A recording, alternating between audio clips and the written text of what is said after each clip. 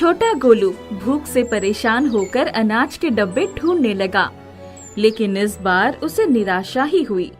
उसने कुछ देर से सोचा, विचारा और हर डब्बे को हटाकर देखने लगा। कुछ चावल, गेहूं, दाल के दाने आसपास गिरे हुए मिले। उसने उन्हें उठा लिया, एक बर्तन में उन्हें धोकर फिर पानी में मिलाकर नमक हल्दी डालकर चूल्हे पर रख दिया। अब तो कुछ लाल टमाटरों को ढूंढना पड़ेगा, वरना कुछ दानों से अपने पेट के चूहे नहीं मानेंगे। मन्नू चाचा के खेत में बड़े बड़े टमाटर रहते हैं। कुछ ही देर के बाद गोलू के हाथ में मन्नू चाचा के खेत के कुछ टमाटर आ गए थे। बहुत भूख लगी है, 2-4 टमाटर पेट में डाल दूं, तब आगे बढ़ूं। गोलू टमाटर खा रहा था, इतने में मन्नू चाचा ने आकर उसका हाथ पकड़ लिया। क्या रे गोलुआ, चोरी करने के लिए मेरा ही खेत मिला था? इतने सारे टमाटर तोड़ लिए। आज के बाद अगर मेरे खेत के आसपास नजर भी आया तो समझ कर रखना, मार मार कर तेरा सर गंजा कर दूंगा। चाचा बहुत भूख लगी थी, सो टमाटर खा लिया, मैं चोर नहीं हूँ। दूसरों की चीज बिना पूछे ले लेना चोरी नहीं तो क्या धर्म कर्म कहलाता है। तुझसे तो वो भिखारी अच्छे हैं जो चोरी नहीं करके भले मांग कर खाते हैं। बाकी के टमाटर रख दे और भाग कर जा यहाँ से। मैं तेरी गंदी सूरत देखना नहीं चाहता हूँ। गोलू अपमान का घूंट पीकर चुपचाप वहाँ से चल पड़ा। वो अपने आप को आज बहुत छोटा महसूस कर रहा था। पेट की भूख के लिए इतनी बेइज्जती होगी उसने सोचा भी नहीं था। वो रुआंसा हो गया था। क्या करूं? कहाँ जाऊं? कोई काम भी नहीं मिलता। बचपन से ही धुतकार और गालियां ही तो मिली है। कोई रिश्तेदार भी मेरी मदद करने नहीं आता। इस जिंदगी से अच्छा होता कि मैं भी माँ बाबूजी के साथ ही मर गया होता। इस जिल्लत की जिंदगी से तो मौत बहुत अच्छी है। गोलू घर पहुंचा और उसे चूल्हे पर जलने की बू आई। अरे बाप रे, जो था वो भी गया। कुछ दाने थे वो भी खाने के काम नहीं आए। बाप रे, सब के सब जल गए। उतार कर देखता हूँ, कुछ तो बचा होगा। अरे हाँ, ऊपर के थोड़े दाने बच गए हैं। मेरी गलती से सब हुआ है।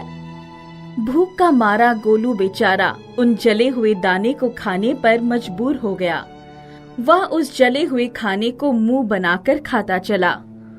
मुंह कड़वा हो गया, लेकिन पेट को थोड़ी राहत मिली है। जिंदगी में भी बड़ी कड़वाहट है, लेकिन उसका सामना तो करना ही पड़ता है।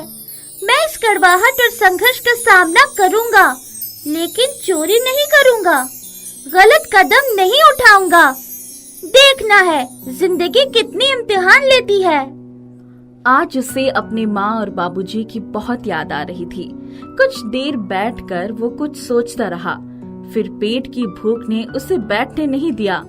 वो अपनी झोपड़ी से बाहर निकला, जंगल की तरफ चल पड़ा। उसे कहाँ जाना था यह वो नहीं जानता था, फिर भी वो चलता चला गया। बहुत दूर चलते चलते उसे एक गुच्छेदार फलों का पेड़ दिखाई पड़ा। उसके कदम रुक गए। ऊपर वाले का शुक्र है, ये जंगल है, यहाँ के फलों का स्वाद चख ही सकता हूँ। ये कोई चोरी नहीं होगी। अरे, ये तो लीची का पेड़ है। बस फिर क्या था, गोलू ने लीची के गुच्छे तोड़ लिए। कुछ लीचियाँ थी और उन्हें वो ना गिनते हुए खाने लगा। रस्सेदार लीची का मजा आने लगा। बहुत मीठा स्वाद है। किसी ने सच ही कहा है, सब्र का फल ना मीठा होता है। शायद उसने भी बड़ी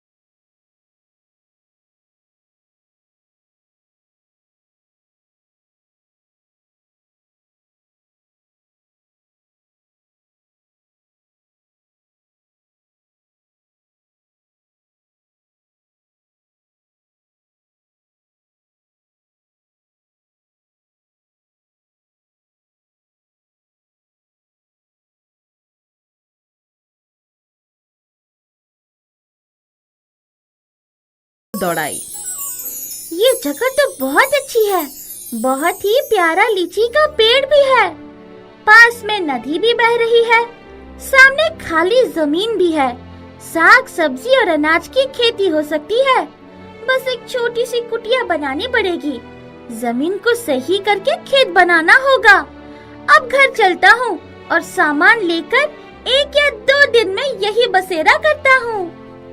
दोस्त, बहुत सही राह पर निकले हो, मंजिल की पहचान भी हो गई है।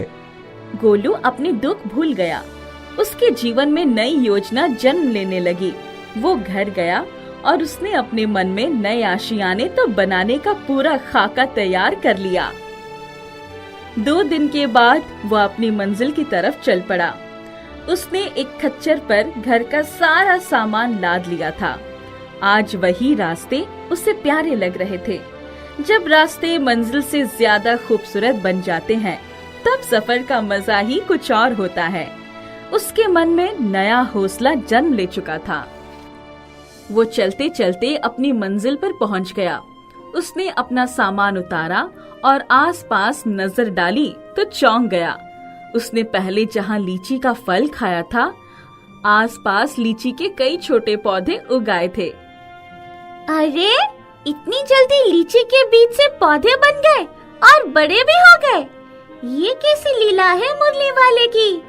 1 2 3 4, अरे पूरे 15 पौधे हैं। हाँ, अब मुझे भी कुछ करना होगा। हिम्मत दे मर्दा तो मदद है खुदा। अब मैं इन सभी पौधों को सम्मान की जगह पर लगा दूंगा। एक दूसरे के बीच में दूरी बनी रहेगी तो ये फलेंगे और बहुत सारे फल भी देंगे। गोलू ने बड़ी मेहनत करके लीची के सभी पौधे अलग अलग जगहों पर लगा दिए। उसने अपने रहने के लिए एक छोटी सी कुटिया भी बना दी। इसके बाद उसने मुड़कर देखा तो बड़ा लीची का पेड़ बहुत सारे फलों से लद गया था। प्यारे दोस्त, तुमने मेहनत की है तो फल अवश्य मिलेगा। मैं जमीन को सही करके खेत बनाना चाहता हूँ, चारों तरफ सिंचाई का इंतजाम करना चाहता हूँ, लेकिन मेरे पास साधन नहीं है, औजार नहीं है। मेरे दोस्त, मेरे फल किस दिन काम आएंगे? यही तुम्हारे लिए राह बनाएंगे। समझ गए? समझ गया दोस्त, सब कुछ समझ गया। जिसके सर पर तुम्हारे जैसे दोस्त का हाथ हो, उसकी हर मुश्किल आसान हो जाएगी। गोलू ने बहुत सारे लीची के फल तोड़े और बाजार में ले जाकर बेच दिया। बहुत ही उम्दा लीची होने के कारण भाव भी बहुत अच्छा मिला। गोलू ने अच्छा औजार खरीदे और कुछ घर का सामान खरीदा और खच्चर पर लादकर अपने निवास स्थान के पास चला आया। गोलू ने आसपास की जमीन को खेती लायक बनाना शुरू कर दिया और दूसरी तरफ लीची के छोटे छोटे पौधे बड़े होने लगे। वो बहुत ही जल्दी तैयार हो गए। वो दिन भी आ गया जब सारे लीची के पेड़ बहुत सारे फलों से सज गए। दूसरी तरफ गोलू ने साग सब्जी और अनाज की खेती भी की। उसे व्यापार में अच्छा खासा लाभ होने लगा और माली हालत सुधरने लगी। उसने एक शेरू नाम का कुत्ता भी पाल लिया। एक दिन जोरों की बरसात होने लगी। चारों तरफ पानी ही पानी नजर आने लगा। पास की नदी में बाढ़ आ गई और बाढ़ का पानी गोलू के घर तक आ गया। शेरू भौंकने लगा। गोलू घर के बाहर आ गया। अरे बाप रे, इतना पानी, सब कुछ डूब गया। चलो शेरू, यहाँ से निकलने में ही भलाई है। गोलू अपने खच्चर और शेरू के साथ वहाँ से चल पड़ा। लीची के पेड़ ने पास में एक ऊंचा टीला बना दिया। गोलू, सबके साथ टीले पर विश्राम करो। प्रकृति के कोप से मत डरो, सब कुछ ठीक हो जाएगा। दूसरे दिन गोलू ने देखा तो उसकी कुटिया पानी में बह गई थी। वहाँ कुछ भी शेष नहीं था। सारी फसल बर्बाद हो चुकी थी। हे भगवान, ये क्या हो गया? सब कुछ मिट गया। सारी मेहनत पर पानी फिर गया। सारी बचत की हुई दौलत भी बह गई। शायद इसलिए यहाँ लोग बसेरा नहीं करते। अब सब कुछ कैसे ठीक हो जाएगा? गोलू ने लीची के पेड़ की तरफ आशा भरी दृष्टि से देखा। वहाँ से रोशनी आई। दूसरे ही पल गोलू के लिए एक शानदार घर तैयार हो गया। शेरू आसपास दिखाई नहीं पड़ रहा था। शेरू कहाँ चले गए? अब तो घर भी बन गया। इतने में गोलू ने शेरू को अपने मुंह में एक पोटली लटकाए आते हुए देखा। गोलू ने दौड़कर वो पोटली ले ली। उसकी बचत की सारी कमाई उस पोटली में ही तो थी। वाह मेरे शेरू, तुमने तो कमाल कर दिया, फिर से माला माल कर दिया। मेरे दोस्त गोलू, चारों तरफ नजर दौड़ाओ और लीची के फलों को बाजार पहुंचाओ। बड़े व्यापारी तुम्हारा रास्ता देख रहे हैं। गोलू ने देखा सामने व्यापारी गाड़ी लेकर लीची लेने के लिए और पैसे देने के लिए खड़े हो गए हैं। हाँ दोस्त, मुश्किल आती है लेकिन उनके बीच से ही राह भी निकल आती है। तुम्हारे कड़े संघर्ष के छालों ने ही तुम्हें बुलंदी पर पहुंचाने की राह बनाई है। गोलू दौड़ता हुआ गया और प्यार से लीची के पेड़ से लिपट गया। देवघर में महावत गणेश और उनकी पत्नी फूलमती रहते थे। गणेश जितना मन का अच्छा था, उसकी पत्नी फूलमती उतनी ही करकसा थी। उसके पास एक हथिनी थी जिसका नाम था गजरानी। इतनी भोर हो गई, तुमने गजरानी को अभी तक नहलाया क्यों नहीं? कल एक सर्कस वाला मुझसे गजरानी को मांग रहा था, तो आज मैं देखने जा रहा हूँ कि वो लोग जानवरों को ठीक से तो रखते हैं। हाँ, ये जानवर नहीं, ये तो इस घर की मालकिन है और मैं इसकी नौकर हूँ। हाँ, नहलाऊं, धुलाऊं, इनका गोबर उठाऊं, इन्हें खाना खिलाऊं और खुद की फिक्र ही ना करूं मैं। हाँ, घर के सारे कामकाज तुम पर ही आ जाते हैं। तुम भी परेशान हो जाती होगी। अच्छा, कोई बात नहीं, मैं ही आकर इसका खाने का इंतजाम कर दूंगा। ये कहकर गणेश निकलता है, पर उसे घर आने में शाम हो जाती है। फूलमती दिन भर गजरानी को खाने का एक दाना तक नहीं देती। गजरानी बहुत जोर जोर से सूंड उठाकर आवाजें करती रहती है, पर क्रूर फूलमती को तो जरा भी दया नहीं आती। क्या मैं इस हथनी के चक्कर में गणेश से बार बार झगड़ा करती रहूंगी? अब मुझे दूसरा रास्ता ही अपनाना होगा। शाम को गणेश घर लौटता है। आप आ गए? मैंने गजरानी को अच्छे से नहलाकर खाना खिला दिया था। आपको भी बहुत देर हो गई है, चलिए आप कुछ खा पी कर सो जाइए। आज गजरानी इतनी आवाज क्यों कर रही है? मुझे लगता है उसकी तबीयत ठीक नहीं है। आप चिंता मत करिए, कल मैं जानवर के डॉक्टर से इसके लिए कुछ दवाई ले आऊंगी।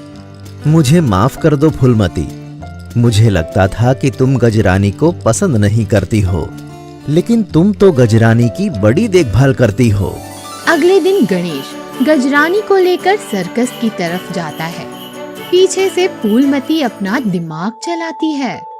ये जितना ज्यादा काम करेगी उतना ही हमें फायदा होगा। खाती तो इतना है और काम ना बराबर के करती है। अभी जाकर डॉक्टर के पास से ऐसा इंजेक्शन लाकर इसे लगाऊंगी जिससे काम करने की शक्ति बढ़ जाएगी। हाँ। अगले दिन फूलमती जानवर के डॉक्टर के पास जाती है और ताकत बढ़ाने की दवाई का इंजेक्शन लाकर चुपके से गजरानी को लगा देती है। पर उस इंजेक्शन के कारण गजरानी बहुत सुस्त हो जाती है और उसकी तबीयत भी बहुत बिगड़ जाती है। ये गजरानी को क्या हो गया? इसकी तबीयत तो बहुत ज्यादा ही बिगड़ती जा रही है। जी, मैंने तो दवाइयाँ जांच करके दी थी। जरूर इसने कुछ ज्यादा ही खा लिया होगा। गणेश फौरन ही अपनी हथनी को डॉक्टर को दिखाता है, जो उसे बताती है कि उनकी हथनी प्रेग्नेंट है और ताकत बढ़ाने वाले इंजेक्शन के कारण उसे बुखार आ गया था। गणेश ये जानकर खुश हो जाता है कि उसकी प्यारी हथनी प्रेग्नेंट है और ये खुशखबरी फूलमती को सुनाता है। हाय रे मेरी फूटी किस्मत, अब इसके साथ इसके बच्चे को भी पालना पड़ेगा। गणेश अब गजरानी को ज्यादातर घर पर आराम करने के लिए छोड़ दिया करता और कुछ दूसरे काम करके पैसा कमाता। गणेश के पीछे से फूलमती हथनी से बहुत काम करवाती, दूसरों के सामान उठवाकर पैसे कमाती। दिन भर भूखी प्यासी हथनी को खाना भी नसीब न होता। दिन भर धूप में काम करने के बाद भी वो हथनी के साथ बहुत बुरा व्यवहार करती। एक दिन फूलमती और गणेश के घर में कुछ मेहमान आने वाले थे, जिसके लिए वो बहुत सारे पकवान लाकर घर पर रखते हैं और अचानक देखते हैं कि अरे सारे पकवान कहाँ गए? मेहमान आते ही होंगे। गणेश और फूलमती बाहर जाते हैं तो देखते हैं कि उनकी हथनी कुछ खा रही होती है। गुस्से में आग बबूला हुआ गणेश कहता है, तुम बिल्कुल सही कह रही थी फूलमती, इसे जितना भी खिलाओ इसके लिए कम ही है। घर पर आने वाले मेहमानों का खाना भी खा गई। फूलमती अपने षड्यंत्र में कामयाब हो जाती है। गर्भवती होने के बावजूद गणेश हथनी को बहुत बेरहमी से मारता है और वहाँ से चला जाता है। एक बार रात में जब फूलमती और गणेश सो रहे थे, तब रंगा और उनके साथी चुपके से घर में घुसने की कोशिश करते हैं। ये अच्छा समय है, दोनों मियाँ बीबी घर पर चादर तान कर सो रहे हैं। यही समय है बड़ा हाथ मारने का। सुना है बहुत माल है इनके पास, चलो चुरा लेते हैं सब। रंगा गांव का एक बहुत बड़ा चोर था। जैसे ही वो घर के आंगन के पीछे आता है, उसकी आवाज से गजरानी उठ जाती है और जोर जोर से शोर मचाने लगती है। चोर चोर! किसे बुला रहे हो? मैं तो तुम्हारे सामने खड़ा हूँ। दोनों मियाँ बीबी के पास जो भी गहने जेवर पैसे हैं, सारी चीजें इकट्ठा करके यहाँ जमा करो। आपको जो भी चाहिए ले जाइए, पर हमें कुछ भी मत करिए।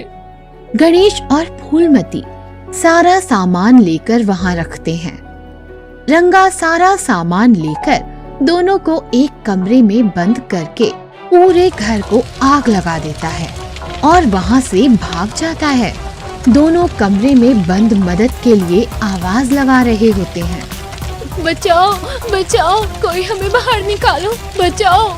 आग लगी, देख आग लगी। गांव के कुछ लोग भागकर आने लगते हैं।